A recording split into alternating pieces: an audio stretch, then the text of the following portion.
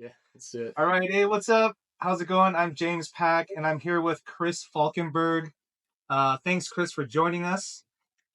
We are here on another episode of The Process, and just wanted to give light to this amazing young concept artist who's just smashing stuff right now. So, without further ado, I will let Chris do his own intro because I'm sure he's way better at it. So, welcome, Chris. How's it going, man? Yeah, thanks for having me, dude. Excited to chat with you. But yeah, like James said, I'm Chris, concept artist, currently working in films and games. I'm currently at Blue Point Games, which is a Sony studio. And outside of that, I've kind of freelanced all over the place. So I've dipped my toes into pretty much everything besides animation. Done a little bit of live action, some big games, some small games. So yeah, it's been good. Been fun to get kind of a broad range of experience.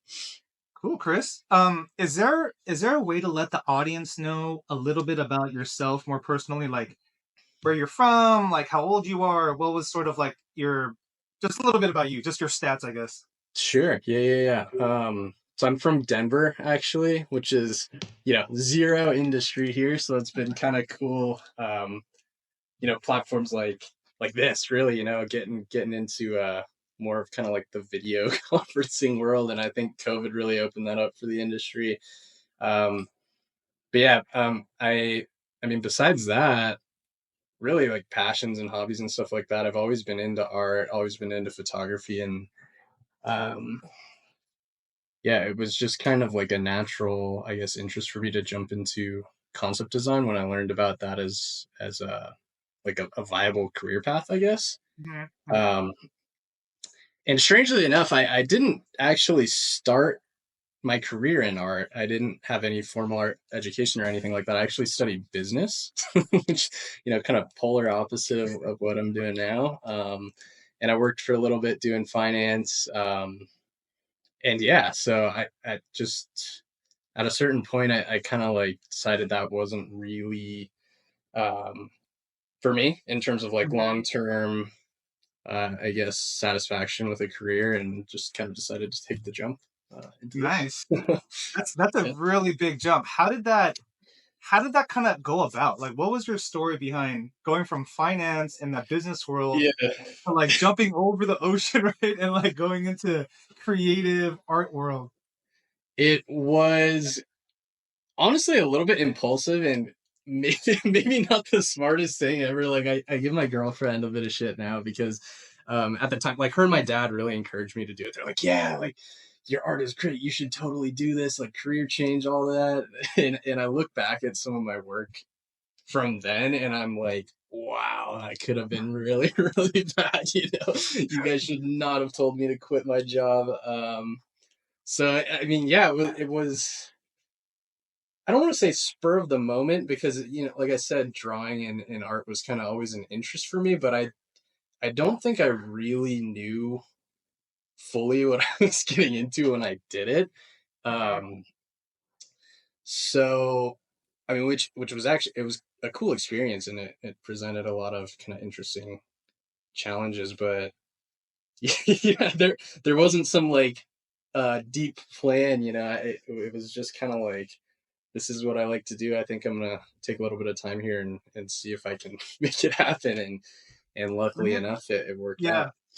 let me ask you this question. Was it more so that you were not happy or you weren't like adamant about the direction of business and you're finding something more personal or like how did that I guess decision making come about or where do you think that spontaneity came from? Yeah, so it wasn't that I wasn't happy. Like I wasn't sitting there miserable Mhm. all day, but it was kind of like a thing where I just thinking about it. I was like, in 50 years, waking up and doing this, is that really going to be fulfilling for me? As like, do I want to dedicate essentially my life to this? Because at the end of the day, we spend a lot of time working, right? Whatever we choose Yeah. to do.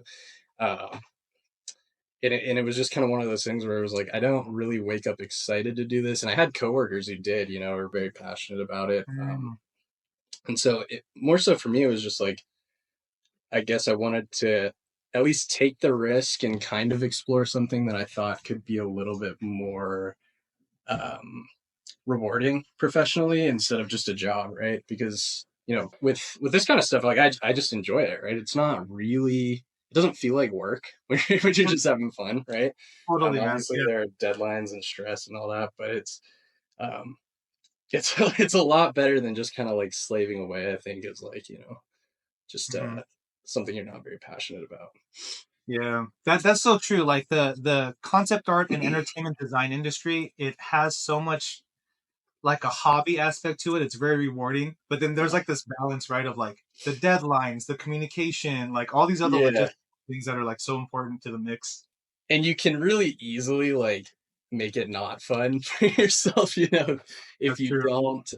if you don't handle it right, or if you just like take on too much or whatever it may be. I mean, you can definitely kill the fun in it, so that's something Did that ever gotta be happen to aware of. you where you just like took on too Oh much work and yeah, then you're like, oh yeah. whoa, like why am I saying yes to everything? You know? Yeah, totally. I think it's funny you mentioned that, because that happened, and I think this happens to a lot of people when you start to get work, right? It's hard to say no because you've been spending all this time studying, or working towards this goal of becoming like a professional artist and making a living off your work. And once that starts to happen, it's it can be difficult to turn things down, because it's like, oh my god, I've been in almost like this drought of just wanting work, and now I have it, and it's like, um, it's a I think a trap you can easily fall into, and so I of course did, and it was like a very very stressful period in my life, and it's like, I'm not sleeping, I'm just working all the time, and kind of what I was talking about, like the enjoyment of it was starting to go away, which is the whole reason why I did this, right? Mhm. And so it's like, got to take a step back, I think, at that point, and kind of like refocus on what you need to Dude, be doing. Chris, how old are you, man? I'm 26, about to be 26. 27. Yeah. You have a lot of wisdom, in Oh, like the things that you say. You know what I mean? Like I would say for myself, I wasn't probably thinking that until I don't know, much later after, you know what I mean, when I was working. But um, where does it come from? You think? I mean, really, I think probably from guys like you and other mentors I had just early on. It's I don't think anything I say or any opinions I have are like something I plucked out of thin air, and kind of Mhm. like, maybe some of it is self discovery, but um, a lot of it is just like I got a lot of good advice early on, and so it was kind of easier for me, I think, to identify when like certain issues were coming up, or Fair enough. any kind of like roadblocks arised. First of all, I had, I think, good advice to deal with those situations, but then I also had a decent kind of group of people that I could go to and ask and talk Mhm. about this kind of stuff with. So, Was a peer group of like fellow artists like an important aspect of your learning? oh yeah, definitely. I think, I guess in several ways it was important. I think it was just important to have kind of like that camaraderie, and just like people doing the same thing as you, right? And obviously people to work with and kind of bounce ideas back and forth with, and learn with, and share like new techniques and tips and that kind of thing. Mhm. But How did but when you were I guess like in that space, it was I guess post COVID, right? And then yeah, so everything was online. How did you mhm. like actively keep in touch with this like community remotely? uh, I I guess mainly through Discord groups. There are a lot of really good kind of online communities just through like Discord, and um, I guess that's the main one. Yeah, I don't know of any other kind of like chat spaces that I personally used, but um, mainly through that, and like just hopping in Hangouts and kind of trying to jump at every opportunity to really get to know people. Just being from a place that doesn't really have any industry. I think Right. also taking classes. Like, I took a lot of classes, and I kind of made an effort and a point to hopefully like build relationships in those classes, not just kind of heads down, get work done, and then on to the next thing. I was trying to Mhm. meet people, instructors, like just people involved in the industry that also were a lot of the times kind of looking to do the same thing, because especially with like Brainstorm, for example, these kind of online schools, it's people from all over the world. It's not necessarily just um, like LA or Mhm. Washington, big kind of entertainment hubs. So um, Right. Right. yeah, Makes sense, just man. hmm So I guess going through your journey, and there's a certain keyhole that a lot of people go into, and it's like, let me start learning all about this art stuff, design stuff, and then you kind of work in the industry. What were some of the, I guess, bigger pivot moments where you're like, oh, I think I'm learning the right thing, and you go, whoa, wait, no, I'm supposed to be going this way, but it's all like within, concept design. Was there yeah, ever yeah. moments like that for you? That's like constant for me, dude. It's, like even now. And I kind of think that's just like a natural part of like, artistic improvement is I don't really think there's ever necessarily wasted time when you're learning something. It might be not the correct focus for that moment, but there's been plenty of times where I've gone down some rabbit hole of like stuff that's just not really relevant to what I'm trying to learn or need to be doing. But then, 6 months from now, it kind of pops up again, and it's like, oh, like I'm kind of glad I already did that. Isn't it It, crazy how that happens? yeah, Right? yeah, It's it's like, why nuts. kind of know you're doing that, Yeah. So yeah, I mean, it happens nonstop, like day to day for me. Even now, I'll spend like a few weeks doing something. And I'm like, why did I just waste all that time doing that? It's like not what I set out to do. But yeah, I feel like it always kind of comes back around. So Yeah. I mean, sometimes for me, it's like swapping mediums, like changing yeah, my tools, or even like a focus of design. hmm Like personally, right now, I'm into this phase. I was doing so much art direction before that now I'm like really getting into just painting, yeah, which is like it's down the same lane, but again, it's kind of like using different vehicles going down the street. yep, yep, So, yeah, man. Even working this much in the industry after so many years, it's like there's still so many pivots. It's so true. Like you just got to get used to pivoting, and it becomes normal after a while. Yeah. totally. Yeah, that's interesting to hear you say that too, as someone with obviously a lot more experience than me. That's kind of still going for you. It's Yeah. And reassuring, I guess. just like you, like I look at some of the older, like my older generation. I guess it's kind of like a Rob Rupel, Neville Page, Scott Robertson type of crowd, Yeah. and they are still pivoting now. They still are like hmm making big career moves and doing different like inventive things and stuff. It's very inspirational to see like the older generation still doing that. It's not like they're like old dogs. You know what I mean? Yeah. So, Yeah. yeah, it's cool. Very cool. What have you I think okay, let me preface like this question. Like during the whole art process, I was very lost as an individual, like prior to discovering that I was a real artist, and knowing that I could invest the time into it. Like I actually learned who I was at that time. Everything previous was kind of like just a rehearsal, in my opinion. hmm Was there anything for you that was like, dang, I'm like really learning about myself through this life experience? Um, I think I think it's almost like one and the same, like being an artist and kind of like that element of self-discovery, just because it is kind of like we're commercial artists, but a lot of it is pretty deeply personal, right? Like a lot of your sensibilities come from kind of your life experience and things that you personally like and things you want to bring in, or not even necessarily want to, but just kind of subconsciously bring into your work. And I think it's really just like nonstop for me that I kind of learn a lot about myself just by doing art, and then I have to like sit back and think about it, right? Because it's not like I'm consciously like trying to explore myself all the time, but Uh-huh. it's just something that you like, at least for me. um I just my experience just kind of ends up seeping into some of my work. And it's not something that I think I would necessarily think about if I wasn't putting it into like a piece of art, you know. Mhm, mhm. It might not be something that I'm just naturally reflecting on. So I think it's kind of cool in that sense. And like you said, it's just yeah, you learn a lot about yourself, I think, just doing any sort of like artistic endeavor, right? So Yeah, yeah. One thing that was I think super important for that I realized in my journey is I think I learned how to learn. yeah, In art. that's a Like I big was one. like, that's what really absorbs to me, because there's like different ways to absorb, and I'm not like a reading person.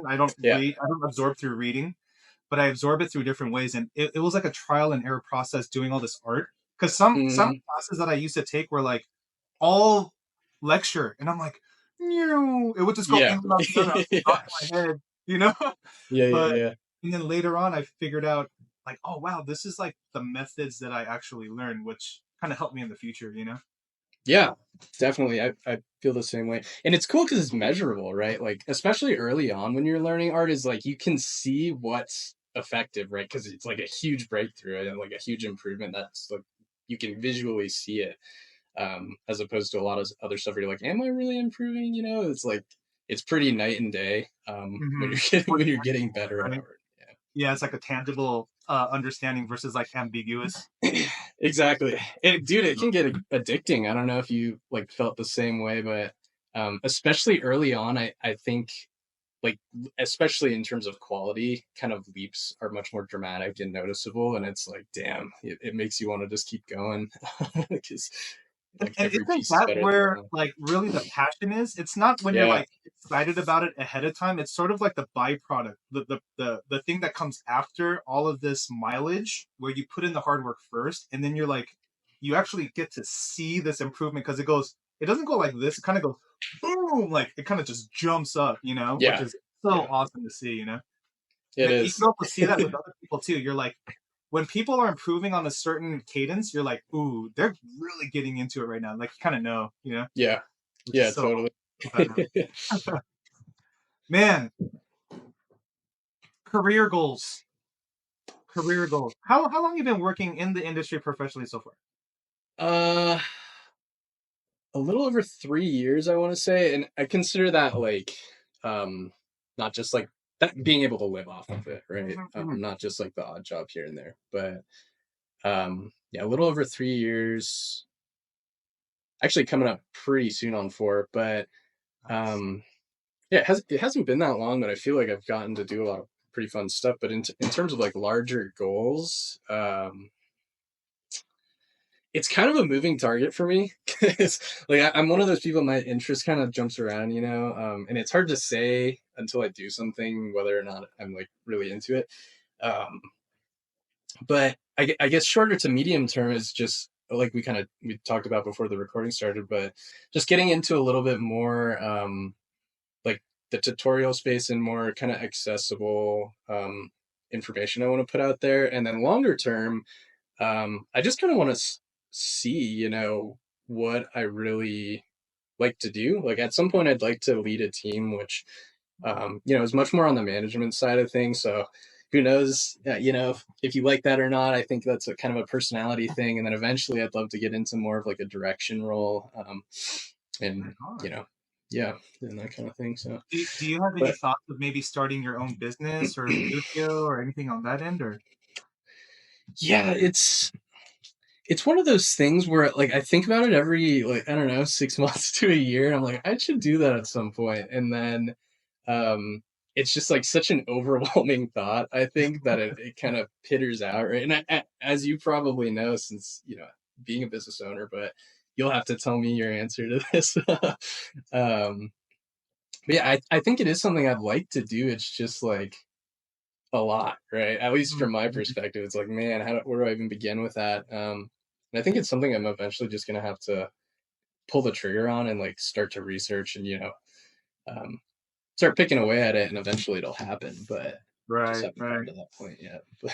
I But the number one kind of thing with doing your own business in the entertainment world is and we were just saying it, like learn how to pivot, right? Like yeah, as a business owner, a CEO, or the creative director, you're not always doing the top lead job. Sometimes you got to move around and do all these different things to just fill in the gaps, put out the fires, make sure production happens. yeah, And it's a different role. Yeah, for sure it's a different role. yeah. I can imagine, dude. It's seems a little bit overwhelming from the outside. It's just like you got to wear a lot of hats. Mhm. And but I think that's a good point just in general for the industries, like being adaptable. even as like just a regular concept artist, I mean, you're not always going to get to do the most fun, Mhm. work that you're like super into. Sometimes you have to throw on another hat and do something that's maybe not super interesting to you personally or not as exciting. And I think Yeah, being able to do that is a big asset. So that's totally true, man. yeah, There was a conversation that I was having when some old guys that I graduated with, we were just having dinner. And actually it's kind of good to mention that because we have dinners regularly to like keep in touch and yeah. just talk about business, personal life, just everything, And here, I just lost my train of thought. Talking about being adaptable. Um, Yeah, yeah, I'm sure it'll come back to me. But I think yeah, where I we'll was circle back. going is just that, as like, oh, when we get together, it's really fun because we get to talk and stuff, but everybody is trying to like figure out kind of that next thing. And what's funny is that some of the guys that I know that run their own companies and stuff, it was like you just got to do it, man. Yeah, You're gonna learn yeah. as you go. There's no way to like pre-learn like the stuff that might happen, like a contract thing, a working thing, hours, logistical, whatever it might be. Yeah. Sometimes the art itself is like the easier part of the Oh whole yeah. thing. Yeah.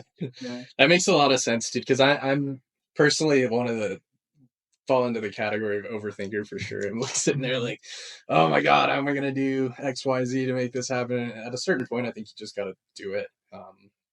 And once you do it, I mean, everything sort of starts to fall into place. And Yeah. as long as like we said, you're adaptable, I think it typically works out. Hmm. Yeah. Being resourceful is like super important. You know. Yeah. Here's something. Here's a question for you, brother. Is Yeah.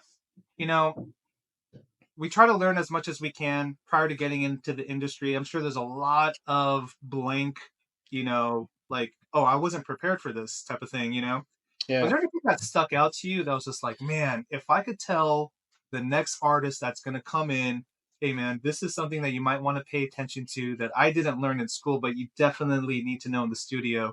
Do you have any advice? Yeah. I think so I was actually thinking a little bit about this. I think there are a lot of those things where, once you start working, it's a lot different from being in school just in general. Hmm. And I mean, it kind of has to be, right? You can't replicate a working environment perfectly in classes. But I think one thing that um, I struggled with initially and probably still do is actually like pitching ideas, right? And I guess what it comes back to is communication, right? Which we talk, I think, a lot about in classes typically, but um, I think I underestimated how important it was, right? I focused very hard on like the art and design aspects of everything. Um, and not like I thought I was good at communicating, but I mean, you have to be very explicit a lot of the times, especially if you're dealing with like, for example, non-art teams, right? It's not always people with the same mindset kind of looking at stuff with you.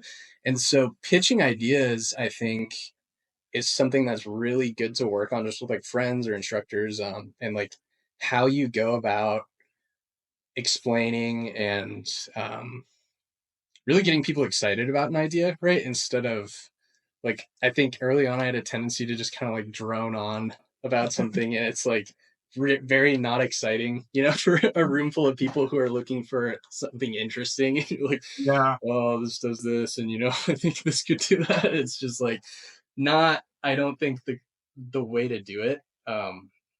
Like I think being a little bit more high energy and excited and really getting other people excited about an idea, selling an idea Hmm. is something that I wasn't necessarily super prepared for. Hmm. That's a very important part of the job, right? Like at the end of the day, that's kind of what we're doing. Um, Right. so Right. yeah, So how do you like practice that end of things? Are there people that kind of give you pointers and help you out along the process? I think it was more so like just an experience thing, Mm, and like talking about designs that I was presenting, and over time, starting to get a little bit better, but also just like watching how other people do it, right? yeah. Um, like especially there are some people who I don't know if you agree with this, but it's noticeable when someone is very good at pitching an idea versus someone who um, isn't, right? Like someone like myself, maybe. And it's really inspiring, and it gets people fired up, and they buy into that world or that idea or whatever it is that you're presenting. Mm-hmm. And I think I just tried to get obviously tips from people like that, but just kind of observe how they go about it, and kind of what they think about. And I think that helped a lot. Right on. And earlier you were mentioning that you work a lot in live action and video games. What are some of the projects, I guess, that you could let our audience know that you worked on? Most of it I can't, unfortunately, but Dude, it's um, NDA. I know it's always Wait. it's kind of sad when that happens, because it's like you want to talk about things, Mm-hmm. and you maybe can't necessarily. I guess recently, like Marvel Rivals came out. I worked on Yeah. that. Nice. Um, and then yeah, a few others like canceled or unreleased that I guess I can't really talk too much about, but um I wish I could. No, right? It'd I'm be a like, different world if we could just openly talk about. yeah, I'm like counting down the days until I can like share work and and talk with people about stuff. It's sad too, because like um a lot of people I've met and like colleagues just met working in the industry, like we've worked on the same projects, right? And people are kind of hyped about like various things we've done, and then you get into a big room with like people who have worked on different things, and it's like you can't really talk about it. Right, right, right. With But yeah, it's Yeah, gotta be hush. yeah, it's too bad. um Yeah, I remember yeah, somebody saying like right before the like you start working in the industry, it's like don't get attached to your projects because actually a lot of them don't actually go through. You know, like the ones that yeah, actually yeah. show up on the in the movie theater or on your TV on your Xbox or whatnot. It's like a small percentage of like the ones that all get tried to get made. You know, which was Hmm. kind of an eye opener for me.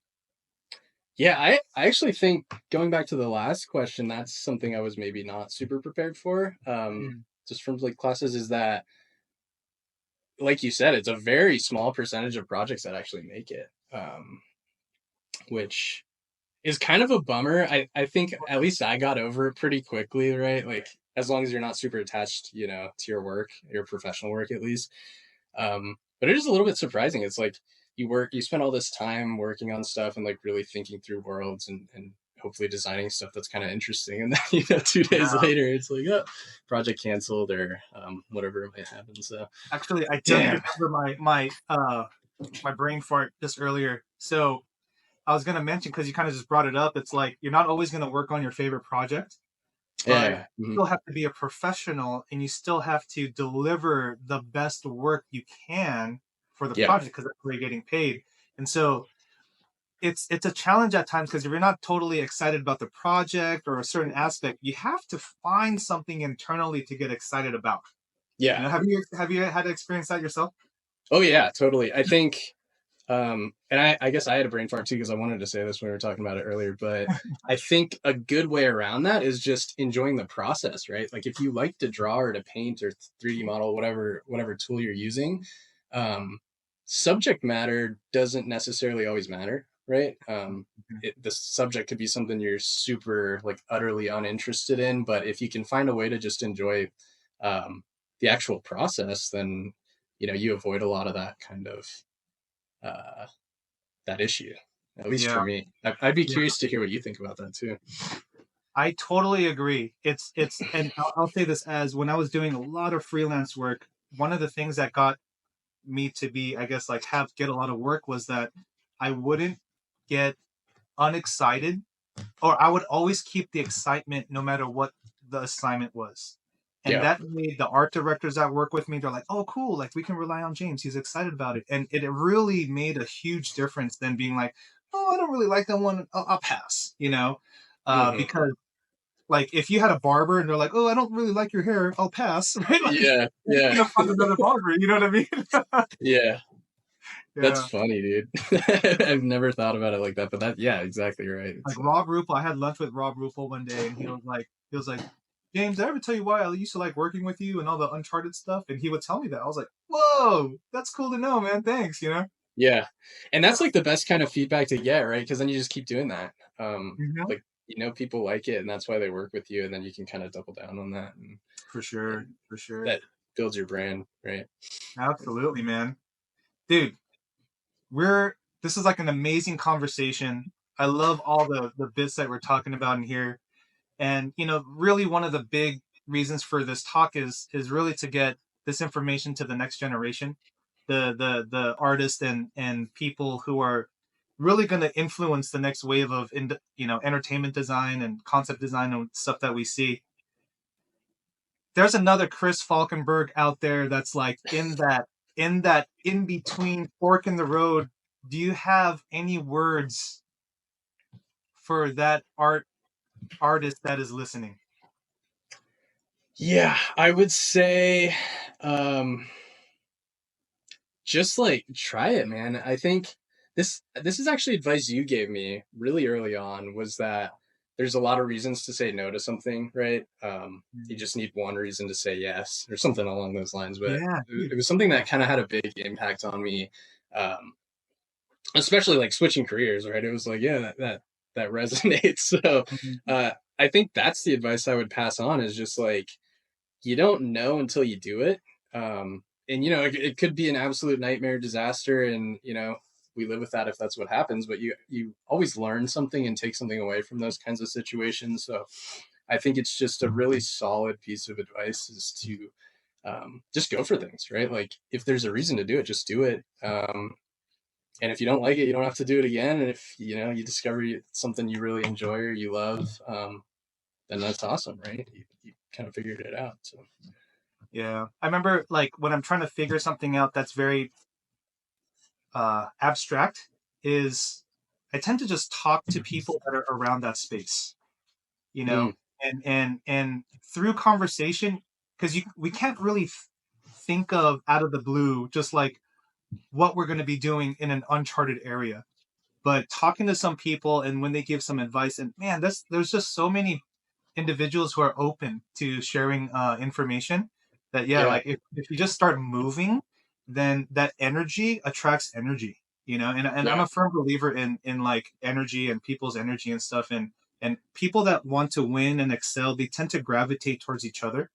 So yeah, I think, man, if when people can have that go for it mindset and have a little bit of a like a strategy or something, it can become very, very amazing. Just yeah. I think you're evidence of that. Oh, thank you. Yeah, it's I think I completely agree with you, and I guess kind of going along with that, it's like just being open to learning from everyone, right? Kind of regardless of who they are. But like you were talking about, you kind of get in these groups of people, like-minded people, who um, kind of share the same energy and passion for whatever you're doing, and that there's just so much you can pick up from others. Mhm.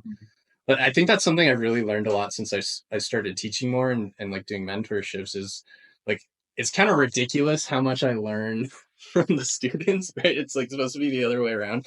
But I come out of like every class or every mentorship, and I'm like, damn, like there's always something I picked up, right? Mhm. Whether it's like something technical, or just like mindset or conceptual, anything really. It's um, yeah, Because I it's think pretty I cool. think the art information is like it's kind of the more readily available information, but the stuff Yeah, that's in the mindset and what makes people like commit and make decisions, I think that's really interesting. You it know. is. Yeah, Yeah. yeah, yeah. Awesome, man. Chris, Cool. dude, it's been awesome touching base with you. I know you're going to be doing some amazing things this year. Let's keep in touch and, hopefully get to share some more snippets about what you're working on. Maybe when they release, we can touch base again or something. Yeah, dude, let's do Yeah. it. I'm Thanks. gonna Thanks. be like itching to talk about it. So I know, right? Same, dude. It'd be so cool. But I appreciate it, man. And, dude, thanks again. I really, yeah, thank you for thank the you for time. having And I me, know dude. you're busy, brother. Thanks, appreciate you, man. Always a pleasure. Great to talk to you. Awesome, man. Well, we are wrapping up this episode. Thanks again for joining us and our special guest, Chris Falkenberg, concept artist for games and film. Check them out. How can they follow you, or I guess like keep you in their tabs? Yeah, I'm on Instagram. I'm on ArtStation, just Chris Falkenberg. Trying to stay pretty active on there, and yeah, like anybody ever wants to reach out or, has any questions, like feel free. Just shoot me a message and try to get back to you. Hell yeah, dude. Thank you so much. Yeah, thank you, James. Appreciate it. Thank you for joining us on another episode of The Process, where we talk about the future with our special guest, Chris Falkenberg. Thanks again. And if you like this content, please like, comment, and subscribe, and we'll see you on the next one. Take care, everybody.